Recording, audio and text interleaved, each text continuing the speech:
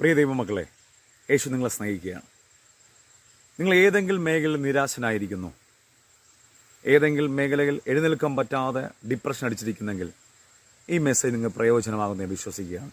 തിരുവചനം വായിക്കുമ്പോൾ യേശു കർത്താവ് ഗെത്സമന തോട്ടത്തിൽ നിന്ന് പ്രാർത്ഥിക്കുകയാണ്.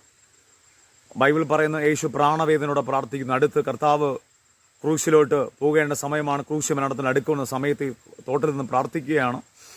അടുത്ത് എന്താണ് ദൈവ പദ്ധതിയിലൂടെ മുന്നോട്ട് പോകണോ വേണ്ടോ എന്ന് ചിന്തിച്ചുകൊണ്ട് ഡിപ്രഷൻ ആയിരിക്കുമ്പോൾ യേശു പ്രാർത്ഥിക്കാൻ പറ്റുന്നില്ല, പ്രാണവേദനയോടെ പ്രാർത്ഥിക്കുന്നു.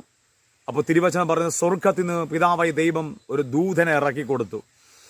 ആ സ്പോട്ടിൽ പ്രാർത്ഥിക്കുന്ന ഗെത്സമന തോട്ടത്തിൽ യേശുവിനെ പ്രാർത്ഥനയ്ക്ക് ബലപ്പെടുത്തുവാൻ ഒരു ദൈവത്തിന്റെ ദൂതന്മാർ ഇറങ്ങിയപ്പോൾ യേശുവിന്റെ പ്രാർത്ഥനയിൽ ശ്രദ്ധനാവാൻ പറ്റി. ആ ദൂതൻ ഇറങ്ങിയ ശേഷം കർത്താവിന്റെ പ്രാർത്ഥന മെച്ചപ്പെട്ടു. അടുത്ത് യേശു പ്രാർത്ഥിക്കുകയാണ്, പിതാവേ അങ്ങനെ ഇഷ്ടം പോലെ സംഭവിക്കട്ടെ. യേശുവിന്റെ നാമത്തിൽ ഈ മെസ്സേജുമായി കണക്ട് ചെയ്ത് പറയുകയാണ്, നിന്നെ ദൈവ പദ്ധതിയിലോട്ട് കൊണ്ടുപോകുന്ന ഒരു ദൂതൻ നിനക്ക് വേണ്ടി കണക്ട് ആകുകയാണ്. സ്വർഗത്തിലെ പിതാവ് ആഗ്രഹിക്കുന്ന ദൂതന്മാരിറങ്ങി നിന്റെ കൂടെ യാത്രയ്ക്ക് മുന്നോട്ട് പോവുകയാണ്. തിരുവചനം പഠിക്കുമ്പോൾ പത്രോസ് കാരാഗ്രഹത്തിലായിരിക്കുകയാണ്. അവന്റെ പദ്ധതി അടഞ്ഞിരിക്കുകയാണ്.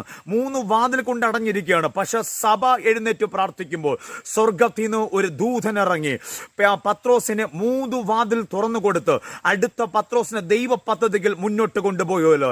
നീ ഏതെങ്കിലും മേഖലയിൽ ആത്മീയമായി ഭൗതികമായി ഡിപ്രഷൻ അടിച്ചിരിക്കുന്നെങ്കിൽ നിന്നെ സഹായിക്കുവാൻ ദൈവത്തിന്റെ ദൂതന്മാരെന്ന സീസണാണ്. വിശ്വസിക്കുക, പ്രാർത്ഥിക്കുക. ദൈവത്തിന്റെ ദൂതന്മാരിറങ്ങി നിന്നെ സഹായിക്കുന്ന ഡോറുകൾ തുറക്കുന്ന സീസൺ ആരംഭിച്ചിരിക്കുന്നു. ആമേൻ.